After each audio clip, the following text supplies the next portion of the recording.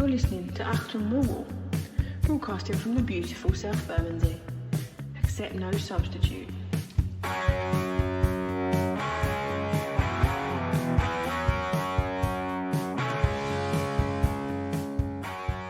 Hello dear listeners, as you well know, Achtung Millwall is in partnership this season with Pundit Games, punditgames.co.uk.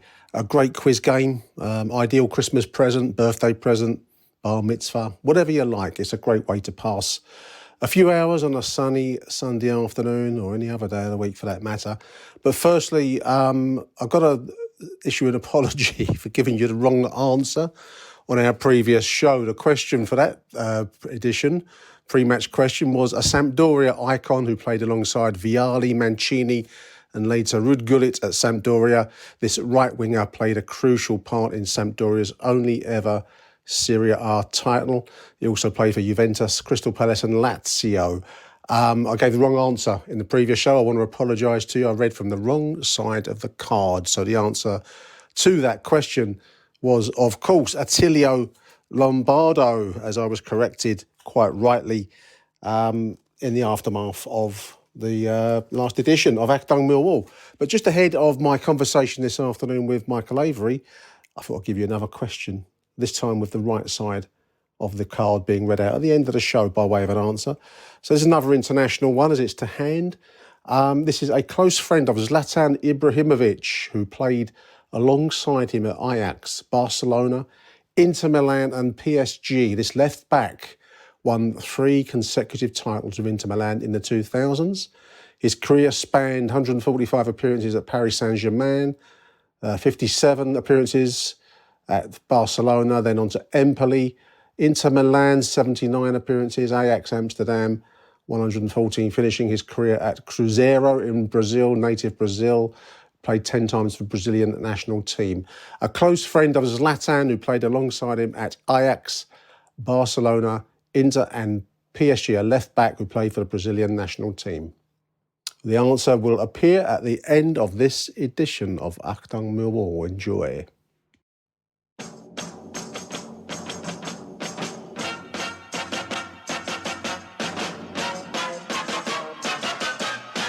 Listeners, welcome to the international break, the purgatory that is the international weekend. Loads and loads of international fixtures that you can't watch because most of them are on a channel, an obscure channel called Viaplay. You can only see the England games, that's Channel 4.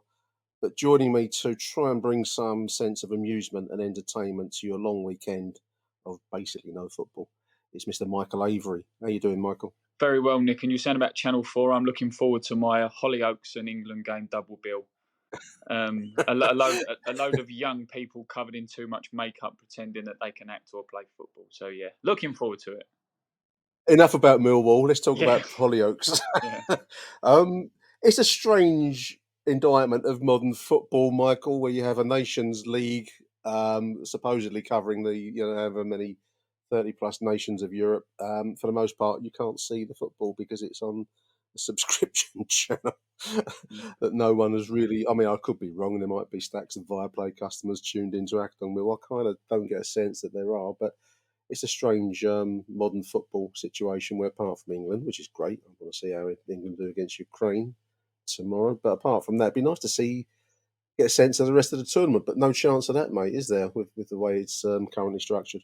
No, exactly. Unless everyone and their mates got certain VPNs, you're not able to see it. But it's another one of those. I remember years ago when we was on Love Sport, Nick, and they were talking about it, and England was sort of relatively well in it. And then it was like, well, if they don't, they get relegated to like Division C2. And I'm sort of thinking, this just sounds like the Battleships grid, doesn't it, where you can get relegated to? And it's like, I remember, was it England or someone, or one of the bigger nations got relegated from one league last season, and B1 to B2. I don't know how it works. It's a funny old. And I remember in the interview, it was like the sort of, the Alan Partridge gif where he shrugs his shoulders. It was like, what do you think about being relegated? And it's very.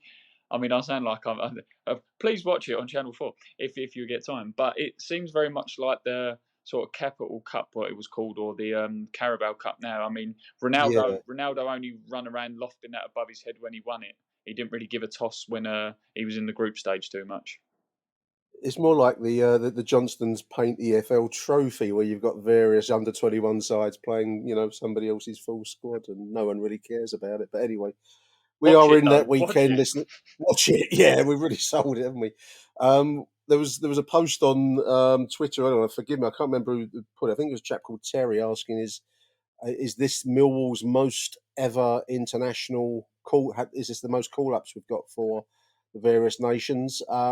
I don't know, Terry. I think it must be a contender because we've got 7 players, I think, away on varying levels of international duty, including, of course, Roman Esse, who was with the England under-19s. I think, Mike. I'm doing this whole show, listeners, completely off the top of my head. I've done no prep for Michael this morning, so I've been very disrespectful, but I think Roman Esse was away with the England under-19s, and I think that was a loss to the German under-19s.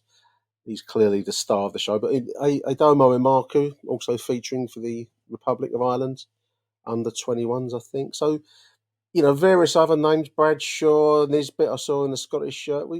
I can't think of many occasions when we've had as many international level players amongst our squad, No, off the exactly. top of my head. The only time really, in without being disrespectful to some of the nations, was when we was in League One. I remember a while back when we'd have like Shane Ferguson away, and obviously with League One, League Two, you get special dispensation if you get too many call ups, because obviously with the level, in theory, League One, League Two can still go on. But one thing, Yeah. I think it was the goalkeeper Sarkic. His graphic on Instagram, everyone seemed to have their flag draped around them as a congratulations, you made call up, and he was just sort of stood there with his thumbs up because they couldn't find his nation's flag. And I thought that was Montenegro. I was just thinking to myself, who does he play for? And it's Monte. I think it's pronounced Montenegro, or is it Montenegro? I don't know. Yeah, off the top of my head, I like to think I know my flags, listeners. This is a little hidden talent that you might know about me. I do know my flags, but I can't think of what the Montenegrin flag looks like. I'd have to look it up on yeah. Wikipedia. So you would I've heard struggle. that I heard that the club ordered the flag through Fanatics, and it didn't. They sent the wrong flag. They sent the wrong flag and it didn't turn up in time. Boom, boom. Very good satire. There was actually an article here about Matthias Sarkic. I don't know how you pronounce. I think that's how you say his first name. His interview with the South London Press. He's learned his footballing skills from Pepe Reina at Aston Villa. That's a pretty good mentor to have. Yeah, I was gonna mention Sarkic to you, Michael, because I must admit, I was wondering why we'd signed him particularly. I wasn't getting a sense in the early fixture. We were 5 games into a fairly mundane start to the season. I don't think I'm being too harsh to say, we are very much a middle table side at the moment. 1-2, drawn one, lost two, and I think we're about par for middle table. But anyway, I was thinking to myself, I hadn't really seen much of an upgrade from Jules Long, in all honesty. But he pulled out some saves up there at Brum at the weekend. I thought, yes, I can see, and obviously the penalty save, which was, poorly struck penalty, but good save. You go around the circle, and which way round you see that. But I must admit, for the first time, I saw the the value of the 1.2 million in that last performance at Birmingham. yeah. I have to say as well. I think in the nicest way, this is where football's subjective. Ability wise and what he does, and like when he had that shot against him at the Bristol City game, I agree with you, Nick. He didn't have a great deal massively to do um, against Stoke, because I thought that they had a lot of half chances but were struggling to hit the target. But I just think he sort of seems to command his box better, and he seems to have more sort of like spatial awareness better than Long. He may not, it may Yeah, not be massively down to shot stopping, but I mean, he just seems to know where to be. I know that sounds really stupid for professionals footballers, but where there yeah, was times I always remember, there was times when I was up in block one with you, like when I popped over to say hello, you'd watch Long and you'd think, why has he come out for that, or why has he dived across the goal to get that? Not across the goal, but across the goal map. Why is he not, or why is he not intercepted across? And that yeah, wasn't necessarily just his goalkeeping. That was just everything about George Long. This isn't a George Long slag off. It's not. We wish him well. He's doing well at Norwich. Fair play. It just didn't work at Millwall. Did he try too hard? Did he feel like he was under Biakowski's cloud a little bit? We don't know. But I just think there seems to be a little bit more confidence from the crowd with him in goal compared to Long. And Yeah, he seems to be. We always say at Millwall, don't we, that if you you don't get the greatest amount of time, but we seem to be quite patient with him. There's the odd groan if he makes a mistake, or the Bristol City game when when the goal went in, it was a bit like, well, if you watch it back, he doesn't really seem to move too well for it, but he seems to get a bit more patience than George Long had. yeah. This is a weird thing, and I agree. Confidence is a nebulous thing, listeners. It kind of comes and it goes, and sometimes it's it's as nebulous as the affections of the Millwall crowd, because sometimes you can't always account for why some players are loved and forgiven and other players are judged quite harshly. I mean, I never thought George Long was as bad a goalkeeper as many would make out. What happened, I think, with Long, Michael, in the loneliest position on the football pitch, which is being in goal. Once your confidence goes, or your ability to trust your own judgment, whatever way you want to call it, once it goes, it's a very hard place to get it back again at Millwall, isn't it? It's the crowd can be unforgiving, especially if for some reason they see that you've replaced a much loved individual in Bart Yeah. Bielkowski. Also made some mistakes, but for some reason was loved in a way that Jules Long was never loved. This it's Cupid's arrow, isn't it? It lands sometimes and other times it misses. Yeah, and also, I mean, it sounds like this is. I don't mean it to be a slagging off pod so far. We will be positive soon, dear listener. But there's a little bit as Mhm. well with Gary Rowett. What has been said to a point has been taken literally, and I think with Millwall, sometimes the fans can sort of see what's been said or what's been written, and then go up to people with newspaper clippings and go, you said this, and he's not doing it. So when you've got Gary Rowett, who's basically coming out and saying, well, Bartosz Białkowski, who was a two-time player of the season and a third-place player of the season in 3 years, has been replaced by someone who can kick it better, because that's the evolution of our game.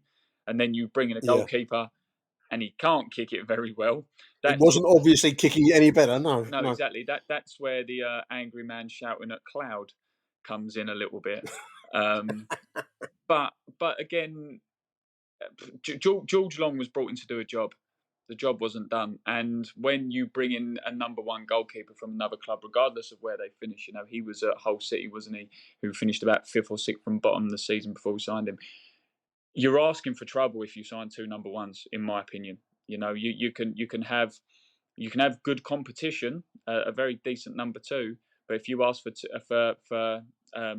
you have two number ones in your squad, they don't last very long. One of them always goes. I always think if you up this my old man hat on, you think possibly the best partnerships in football, when it comes to goalkeeping partnerships, in my opinion, over the years were like Shay Given and Steve Harper, and Mm, Petr Cech and Carlos Cudicini. You knew who the one was. You knew who the two was. The two was good enough to be the one, but he knew his position in the club.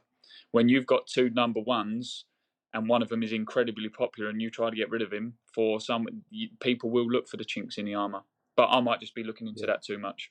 No, one of my favourite songs in the 1970s was by Sparks, listeners. It's called This Town Not Big Enough for the Both of Us, and it ain't me that's going to leave. And I think that was the Bart Bielkowski, Jules Long thing in a nutshell, really. But for whatever reason, we've signed Sarkic. And I think for the first time, as I've said, saw the best of him at Birmingham in what was, in all truth, a fighting performance, but we're up against it at times. Have you seen the start of the season, Michael? I mean, 5 games in, we're middle for diddle at the moment. I think we're looking very much a middle of table side at the moment. It's very hard to. Um, I've not found an awful lot of joy in the season so far without it being miserable. I don't know if that's No, no, unfair or and not, but and I strange start. no, and you're right, and I have to say, I'm going to sound like I'm going to sound like a right knob here. But it's Don't you let that stop you. no, I know I haven't let it stop me before. Um, but normally when I listen back to the shows that I do for like when I've jumped in and helped you out and live streamed, and sometimes you think, oh my god, like I sound like a right dickhead, like in the Stoke game. the first 15, 20 minutes, I was just saying about how bad Millwall were, how we were letting people through, and then, oh, it's really, really good. And then, and you sort of think, well, it seems like I'm being influenced by, the sort of what people are saying on Twitter. But then I was thinking back and I'm like, no, it was a bad opening 15, 20 minutes. It wasn't good. We were lucky not to be 1-2-0 down, apart from a couple of scuff chances. Yeah. And I just think the way at the moment with Millwall is positionally, I said it to some at work earlier on, we've probably started better than we have done in most previous seasons. Under Kenny Jackett, even seasons we went up or we did okay in the Championship, we always were near the bottom of the table at this point. We was always about fifth or sixth from bottom, slow starting, lost a couple we shouldn't have lost. But you think, well, this is pretty respectable start. But no, there's not too much to sing and dance about at the moment. I think where Rowett got a bit of stick away, didn't he, at Norwich, I think the results are definitely papering over a few cracks. I mean, Jake Cooper signed that contract recently and everyone was screaming and shouting how brilliant he is. And he has been a good servant, but I'll say it now. I'll put my flag in the sand now. He's only as good as the centre half who plays alongside him, in my opinion. I can't remember who it was on your last show. I think it was either Matt or was it John Rankin when they were saying that we have to make Leonard captain or we have to make someone else captain. And it wasn't considered for the leadership quality. It wasn't considered Jake Cooper has to be captain. I think that Brian at times. It reminds me of the Mike Bassett film when the press ask him, what did you think of Tonko? He seemed to be blown out of his backside after 10 minutes. He goes, oh yeah, but what are 10 minutes? That's what you get with Brian. That's what you got with Brian. The other week against Stoke, the first hour he was brilliant, and then the next minute, I think my nan could have run past him. McNamara has, I think, a good decision in dropping McNamara because he needs a freshen up. He needs a bit of a break. But yeah, it does seem a little bit stale at the moment. Nisbet's a player clearly with talent. He scored goals. Is he getting the service? I agree. Possibly not. No. Bradshaw was your top goal scorer last season. He's playing second fiddle. Zian Fleming, I reckon it shows why he was a £2 million player from abroad, because when things don't go his way, you don't want to be there, so you're not going to invest major money in him. I might be saying critical. No. I think I think these are truths that are self-evident, to quote the American Constitution. I think every Millwall fan watching the side this season will probably come down to similar conclusions. Really, I mean, the defensively, if we start, we've mentioned Sarkic already, and I think he did show him the reasons why he was signed, and that there he is, and I'm sure he'll go on to improve as the season goes along. Defensively, we've our best games this season. We have got the away win at Middlesbrough. The draw in the end at Birmingham was pretty good, certainly in fits and starts. Bits and pieces. I mean, the Stoke game, I didn't see the whole. We finished up winning it, but I understand we were clinging on for grim death by the end of it. So we had we've had phases of good play mixed with some lucky skids here and there, and then some truly appalling performances. I still am mentally scarred by what I saw in the League Cup against the Reading under 21 side. I know you mustn't focus too much on one performance, and I get that. But then the travelling public that went up to Norwich would want to talk about that, because that was a pretty appalling performance up there. The contrast between the good times and then these appalling performances is I don't know, unsettles me a little bit. And I keep coming back to this underlying sense, Michael, that there's a bubbling unhappiness under the surface, and I know that football is always going to be a difficult thing to be a manager in. You're always going to be choosing 11 starters, and therefore excluding maybe 11 to 12 other blokes that think they ought to be starting. That's the nature of the game. But I do get a sense that there are levels of unhappiness, and Zian is an interesting name that you've just mentioned there, because he doesn't look the same player. He was anonymous at Birmingham. He's been anonymous really some time, one way and the other. Now, he's a young man, and maybe, it's not for me to advise him, but this is not the best advertisement for him as a potential 15 to 12 to 15 million pound player that wants to play in the Premier League, because it seems like that's bugging him at the moment. If I was a Premier League side at the moment, Michael, with 10 to 15 million pounds to play around with to sign an influential midfielder, would I be looking at Zian Fleming? I don't think I would do. Would you? No, and I sort of said it half tongue in cheek the other day to someone where, at the start of the season, everyone's going, "Oh, it's insulting, 8 million." Oh, I said it's disgusting, 8 million. It should be Mm. 10, 15 million. And like I said before, I remember someone rung into your show and said, "Oh, it should be 30 million." 30. I wouldn't mind what yeah, I wouldn't mind what he's smoking, but I get. I'm only joking if you're listening. But I get the point. He was doing well. He was doing okay. I'm in the Matt Webb category slightly, where he sort of bubbled away towards the end of the season last year. But he's clearly not been the same player. Well, And like we said, with the 15, 20 million, there's a little bit of me that was thinking, why don't we get on the phone back to Burnley and go, is that 8 million still available? I would say, if I Because was Burnley's financial director, I say no to that, because the yeah, reaction of the boy, because his head's dropped. He was strolling around at Brum, and the fact that Kevin Nisbet took a really good free kick, got it in for 1-0. That was a bit like Shirley Bassey having someone else come in and sing "I Am What I Am," doing a big number. That's her point has been lost suddenly. Achtung, Millwall. yeah. And you say that that's literally what I was thinking about as well.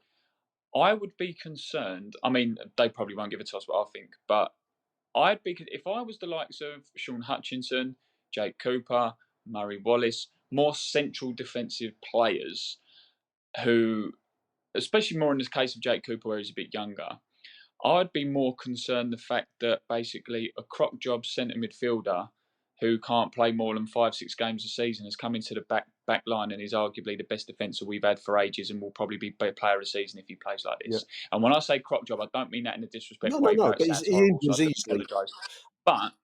But you've got a player who's notoriously injured for long periods of the season, and he has made defending look a damn sight easier than you have over the last few years. Yeah. And same as McNamara, I'd be a bit concerned that this young kid who's on loan has just come in and completely taken my place. And The difference between Brooke Norton-Cuffy and Danny McNamara is a different level. I mean, the boy is coming from Arsenal. I think he was loaned out to Coventry last season, but you can see the quality there, Mike. You can just see it. Yeah, I mean that's the level. I think it's a hard profession, football, isn't it? Because any delusions you might have are quite quickly shown up come 3 o'clock on a Saturday afternoon about your quality. Because when you do see it, it stands out, and when it's not there, unfortunately, it's there for all the 20,000 people in the stadium to see. Yeah, Danny Mac. There's the level. That's what you've got to. That's what you got to. That's what you got to do each week. I think. Do you know what? I think he got a lot. He got a lot of stick. Not. This is another plan to talk about. He got a lot of stick years and years ago, but this is where you sort of need that sort of Alan Dunn mentality, in the sense that I'm not sure if you've read his book. Basically, every season he was told, someone's coming in to take your place, and then halfway through the season he got the place back. Yeah, Like whether you like Alan Dunn or not, he always ended up back in the side. Murray Wallace He is had like a that, couple of Mike. years in centre half. That's a Murray Wallace Wallace. is exactly the same. Yeah. But so this is where we need McNamara, because we know he's got the potential, we know he's got the ability, but this is now we need him to think, crikey, this kid's coming on loan. He's nicked my spot. I'm going to make this. I hope to make this an unenjoyable loan window for him. But we've dwelled on a few negatives. Let's go some positives. I mean, Savills actually looked pretty good. Yep. He openly said that last season, the season before, that the role he plays at the club isn't the one that he thought he was being signed for. Mitchell's looked good in the midfield with him. Yep. Casper Denor's been a great signing as well. Nisbet, again, we've touched on. He's had some good moments. And yeah, I think there are good things to take at the moment. We just need to build on it and stop dwelling on as a fan base on sort of Gary Rowett's speech marks bad tactics. Yes, we know he likes five at the back, when we went 3-4-3 the other week against Stoke, it was a lot better. You know, when we go forward at the back, it is a lot better. But get behind the team, you know, like be critical. We've been critical. We've held our hands up and go, look, he's not good enough. They're not good enough. But also shoe on the other foot. You know, we all pay season ticket money. We don't pay 450, 500 quid or whatever it is to sort of slag people off every 5 minutes, do we? No. And I take that point. The term is supporter, and that does imply that the word support is in amongst that. I do also think that you're entitled to voice your opinions. I think we've potentially got a good side there. I think we potentially have an upper table side there. How close to the playoffs, I don't know at the moment. We have a good goal scoring Kevin Nisbet. I really like the look of him. I like an instinctive, hungry striker, and that's what I see in Kevin Nisbet. We do need to provide him with a service. We've also got some potentially good players. I mean, Joe Bryan, we've only seen in bits and pieces. You've mentioned Ryan Leonard. Long may he stay fit, because I think he also does provide something of the leadership that I think John was mentioning the other day. One or two others, no, there are question marks. I mean, Zian needs to have a good look in the mirror, I think, and decide what he wants to be, because at the moment, not sure that there'll be many clubs calling that at the level that he thinks maybe he should be playing at. I mean, somebody I'd have a problem with that. I'm dragging us back to the dark side here, Michael. Is that old Father Time creeps up on us all, and I think it's creeping up on some Yeah. of our defenders. I mean, Sean Hutchinson, I'm just looking at his out for the Leeds game, just reading through Richard Corley's stuff on the London News Online. I was pleased, just to take it back to a positive note, with the debut of Wes Harding on his debut, anyway, his proper debut, if you like. I thought he came in and played quite well up there at Birmingham. So it's not quite the disaster that you think it might be. Hopefully Hutch will be back soon. But injuries do start to play a part, don't they? Yeah, and to be fair to Wes Harding, I remember when they signed him, there was a few question marks around him. I think even Fizzy said as well, didn't he? There was a few question marks around whether this is the sort of calibre of player we want to sign. Mm. But it happens sometimes in the night. Not to sound too stupid, and I mean he only played about 2 minutes the other day against Stoke, and he come on as a sub for Hutchinson. But sometimes those players who are defenders, when teams just survive the drop, especially when you're a team the size of Rotherham and you yo-yo up and down. Sometimes those defenders are the best ones to get, because they're the busiest defenders in the league, and they've Yeah. managed to keep teams up. You know, it's like, without going to the other way, I remember when Victor Valdez signed for like Man United, and everyone was going, "Oh, what a signing he is!" And I was like, "Well, I could be a good goalkeeper if I'm playing behind the Barcelona back line." And Valdez showed his quality. But if you've got a defender like Wes Harding, who for the last couple of years at Rotherham has been a damn sight probably busier than our back line, and he's kept that team up, it's always worth a punt. So fair play to him. Fair play to him for coming on and doing okay. I think you were saying there about age catching up on people. This is another thing with Millwall, where sort of the sentiments sinks in a little bit too much. We keep older players longer than we should have done, and we didn't get the right defenders in the window. But without trying to be too disrespectful, again, George Evans has gone. He was always that sort of deadwood floating around type of player who everyone finally said, "Oh, he had a good game against the League One under-21 team." And Vogelsammer, who statistically, there's a few people who listen to the show who's been saying to me about how good he was statistically, but I mean, Sam Allardyce has got a 100% England managerial record, isn't he? Yeah, I think it's See you later, Voggy. was it John Lennon said everyone loves you when you're gone? Well, I think he said when you're dead, but that's probably a bit dramatic for two players that have moved on to other things. But everyone loves you when you've gone to Wrexham, perhaps might be a better track. I don't know. I mean, well, I just going back to Wes Harding, I was impressed with him at Birmingham, listeners. I'm going to go out on a limb now, Michael. I think he's a Millwall type player. He reminded me a lot of Murray Wallace in the sense of willing to give everything. He looked like there's a few leadership kind of calls going on out there, which is something we're crying out for at the moment. So I was pleased with him. I wouldn't be quite happy to see him start against Leeds alongside Jake and Ryan Leonard, which I imagine will be the back three against Leeds. We'll see on Joe Bryan. Hopefully he'll be fit and ready to go against Leeds, which is Sunday week. Just flicking through the London News Online stories. Here's a story here about Chinna Coley doing well at Bromley. I was quite struck by Chin when I saw him in the under-21 Cup final back in May. He looked a little bit lost in pre-season. I think it was a bit of a step up, but sounds like he's doing well at Bromley, the Millwall kind of proving ground there, Michael, isn't it, down at Hayes Lane? Yeah, and I think he'll do well there because you'll have Byron Webster and Alan Dunn who know what it's all about, don't they? Yeah. Bromley as well. I know they're kind of more sort of south, if you will, but there's strong links with Millwall as a whole. A lot of Millwall fans go down to watch Bromley as well, don't they? So you'll have your unofficial reporters who reckon they know better than everyone else, saying how good he is and all that kind of thing. But do you know one thing I do hope though, Nick? I mean, when we saw that under-21 team playing that final, you know, they were superb, weren't they? They were really, really good. Yeah. They played some good football. They played some good stuff. The only thing I'm hoping is that normally when Millwall youngsters sort of have, again, this is where the sentiment, unfortunately, I think creeps in a little bit.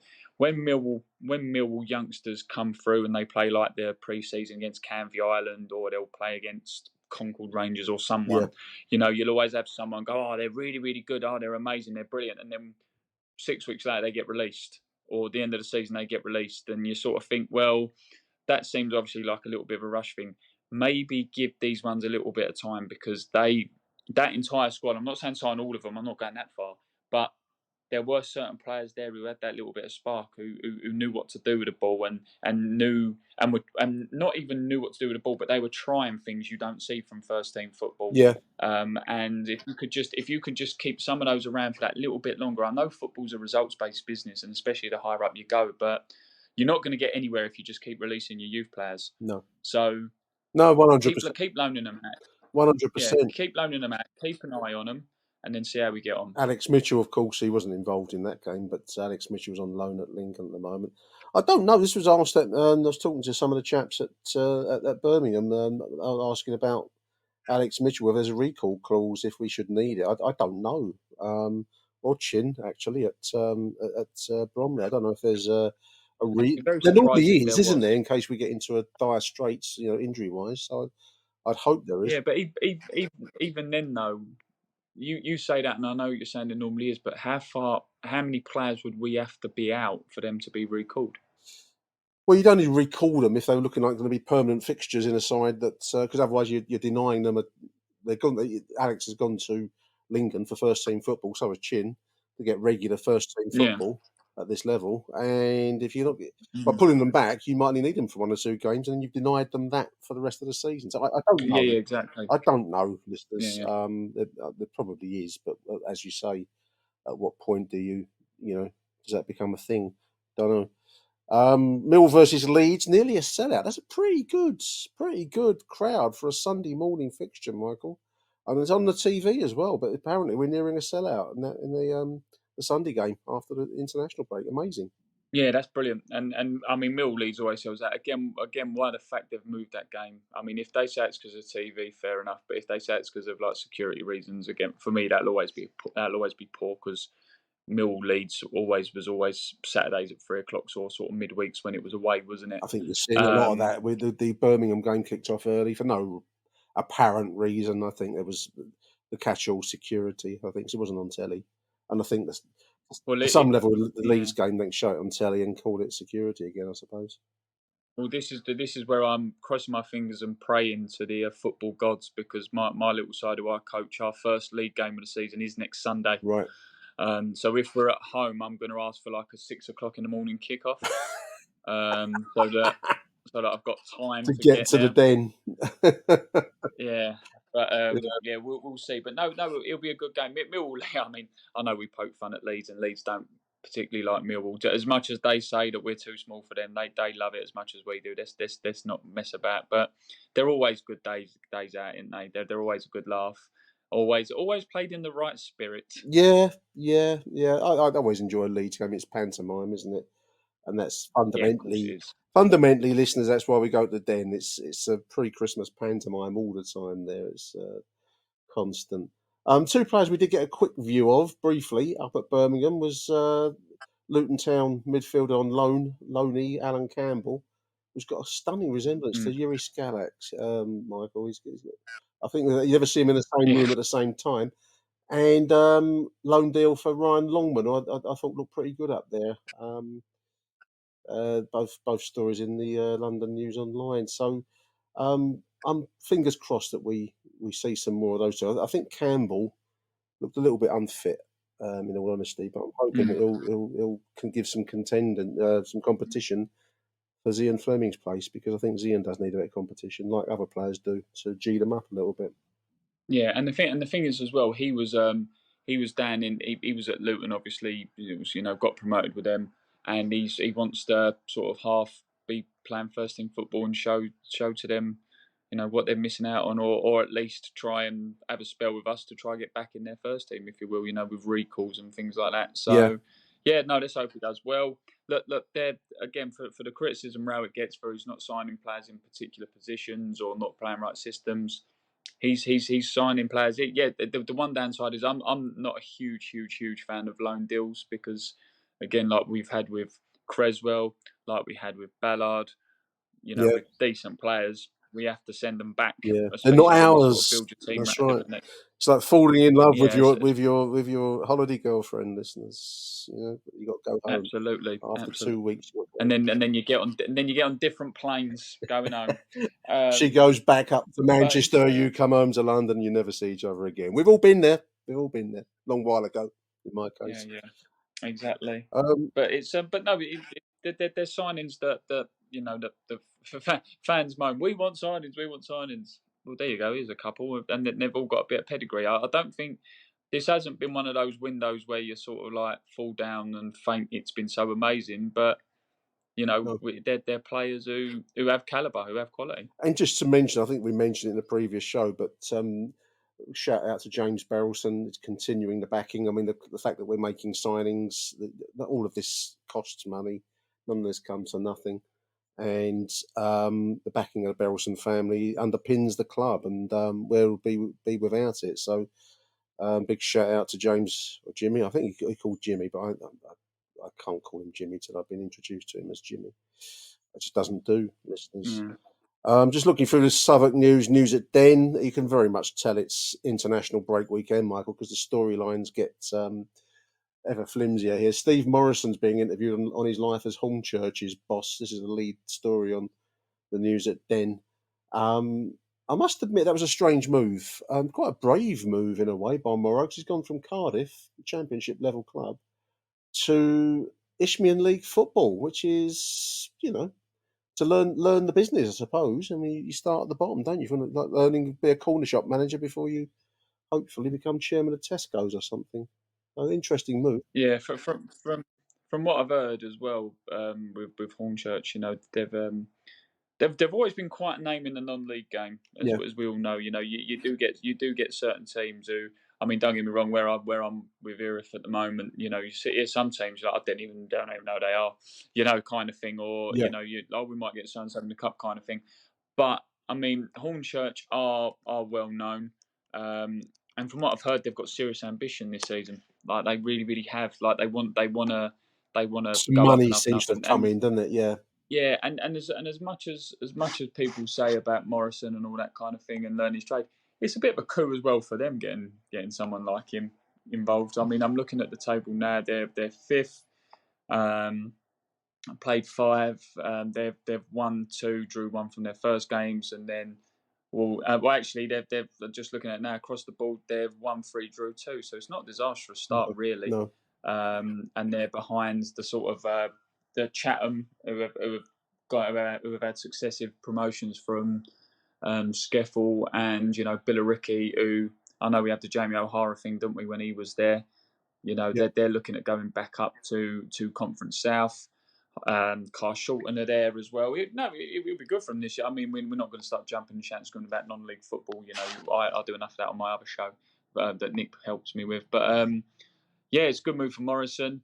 Again, talking about Millwall sentiment, it makes me chuckle slightly when you get some people. When he was at Cardiff, oh, he's only keeping it until Rowitt's ready to go. Yeah, he's gone to Hornchurch, lads.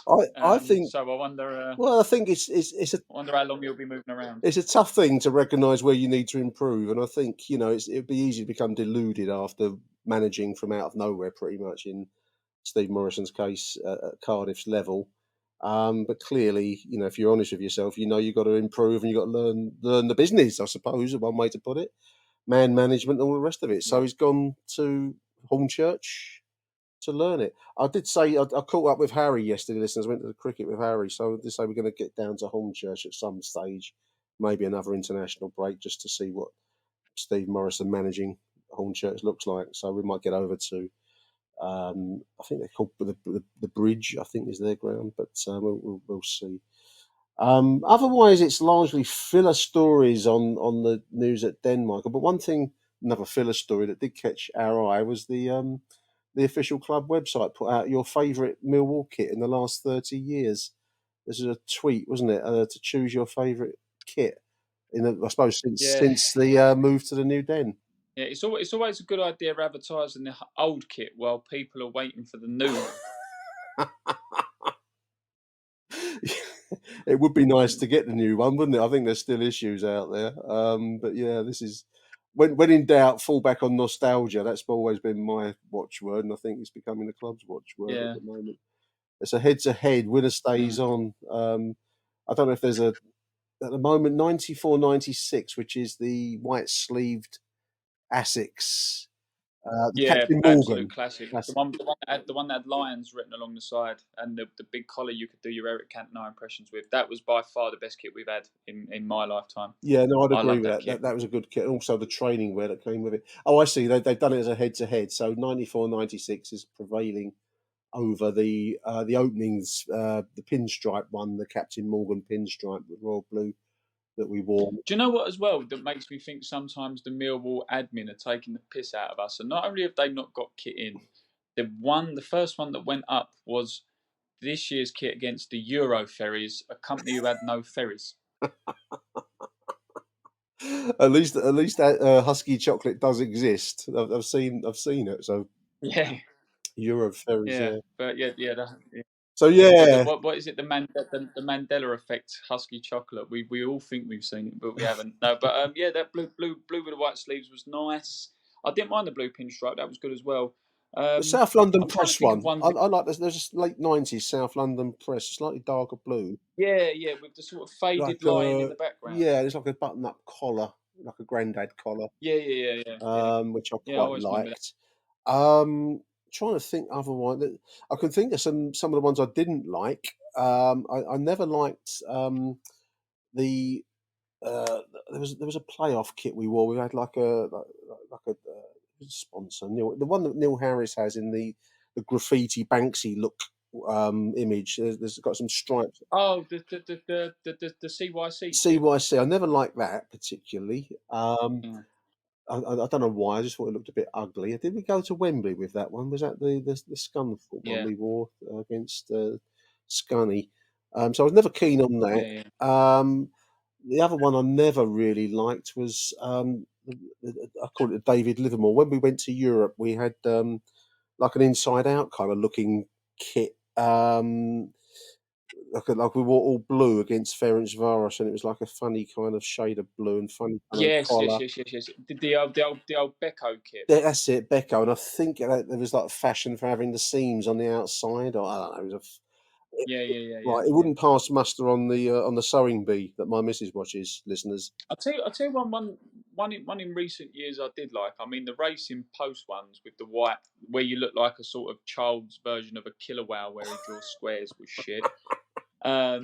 Yeah. But I'll tell you what one I did like. Do you remember when we first got promoted back to the Championship under Jacket? And that was when we first had the Navy. Yeah. When everyone, including Fizz, was a bit unhappy about how dark the blue was. Yeah.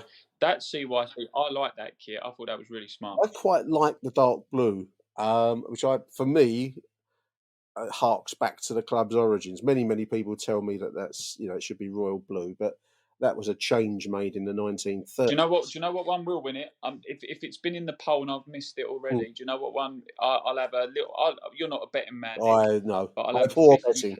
I'll have a 50. I'll have a 50p bet with you. Good. I reckon if it's not been in there already, I reckon the army camouflage kit will win. Oh, that one. Yeah, that was for the Headley Court. That was a good cause. Yeah, Yeah, that was nice. yeah, I that like was a that. really nice kit. Yeah. There were some kit. I mean, I like dark blue and Millwall. I prefer all white actually. I quite like the Giorgio all white kit that we had in the promotion season, 2000 to 2001. That was a good kit.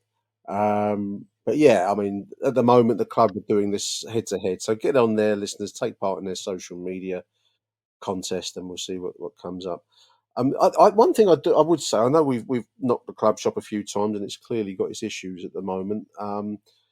It would be nice to see more replica kits from the past. I think there is a big market for it. I mean, the Toffs is the company Yeah, that does a lot, but I think that you'd get a lot of sales of it if only the Mill Club shop could up its game. Or big if only that is. But so even some of the replica old training kit, I think some of that looks quite nice sometimes. The Essex ones, the Mick McCarthy, Captain Morgan. If you can buy that still, I don't know, but I'm sure there'll yeah. be a Do you market. know what one was really good as well? And fans will.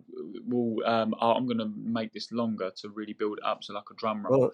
But do you remember when we had Giorgio? We had the white Giorgio home shirt, Yep. the blue Giorgio away, and then we had the navy Giorgio with the gold trim, which was the Yeah. training top. Yep. That was the best. That was the best training top we've had for me. And I'll tell you what was a good away kit was the Giorgio yellow. It had like a blue, like a polo shirt. A Goodbye Charlie Bright kit poster. Yeah. I remember. Um, It had like a navy trim. yeah, that would sell. I'm sure if you could still get that, especially if it's done polo shirt style, that would sell. But yeah, no, that was good. I like that. So there's been some good ones. One or two howlers, I think. Not too many howlers, but every football club goes through, especially in the modern era, chopping and changing your kits all the time. Do you know what? And do you know why this is quite funny as well? Like we're old, aren't we?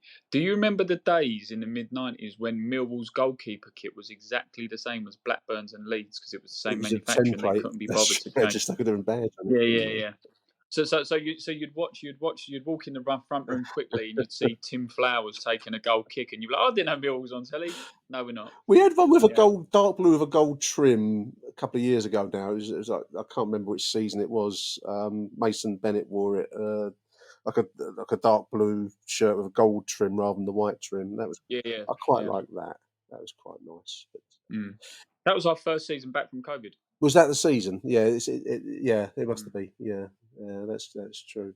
Yeah, nice kit that. There we are. I mean, I think we've exhausted the online storylines that I've got here, Michael. What are you doing this weekend? You doing any non-league football this weekend?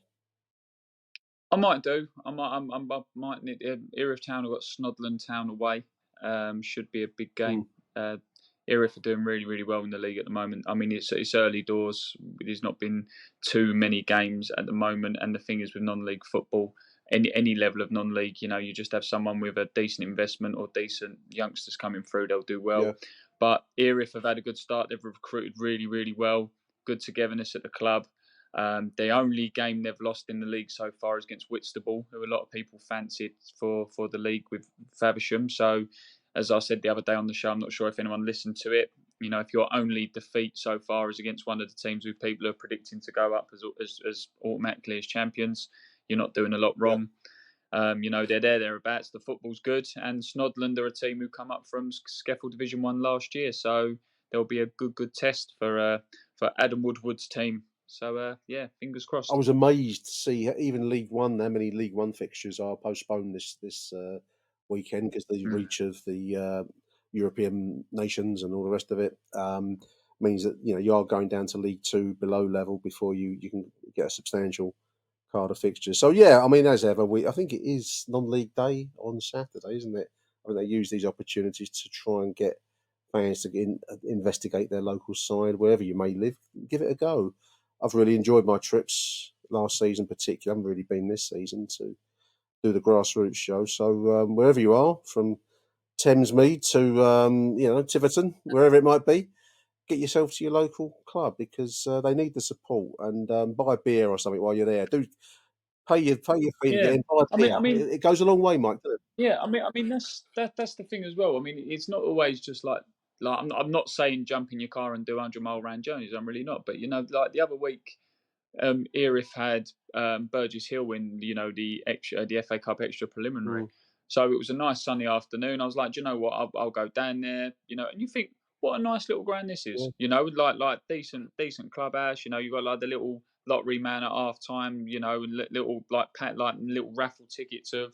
It's like a tombola thing. You pay £1, you pull out a number, and if they score in that minute, you win something and all that kind of thing. And you think, these are really nice little days out. Again, it's not something I'd say, cancel your trip to Disney to go down to Burgess Hill or Hassocks, but you will enjoy yourself. You will enjoy yourself. Yeah, it's something different, And I'm one of these people where, obviously I've been going to non-league now, not just this season. We did a load. We've done. Well, I looked over my list the other week, Nick. We've been to quite a few. Well in the double figures now between us. I think Sheppey was the furthest flung point that I've been to doing this show. So that's but it's something a bit different. Yeah. It's something a bit different. These places have got a bit of character to them, and you meet some interesting people. There we are. That's nice stuff, Michael. Well, I hope listeners you've enjoyed our roundup of Mill news. It's difficult on an international weekend. Obviously, there's not a huge amount to report back on. We've done our best to try and bring you something this weekend. Also, a big thank you to Michael taking time out of his lunch hour to join me on the show. Thank you, Michael. No problem at all. No problem at all. Thank you for having me on as always, Nick, and thank you, dear listener, for listening to me probably disagreeing with quite a lot. And thank you, dear listeners, for tuning in. We will be back after the Leeds game, which is Sunday week. Can't see me doing much next week on the Achtung front. So until the next edition on Sunday the 17th, from Michael and myself, it's Arrivederci Millwall. Bye for now. You're listening to AchtungMillwall, broadcasting from the beautiful South Bermondsey. Accept no substitute. Hello, dear listeners. The answer to the initial question at the start of today's show was Maxwell. Maxwell played alongside Zlatan at those clubs of Paris, Barcelona, Inter Milan, Ajax. Maxwell. Did he have anything to do with a coffee and a house? Don't know about that. There we are. Thank you for listening. Arrivederci Millwall. Bye for now.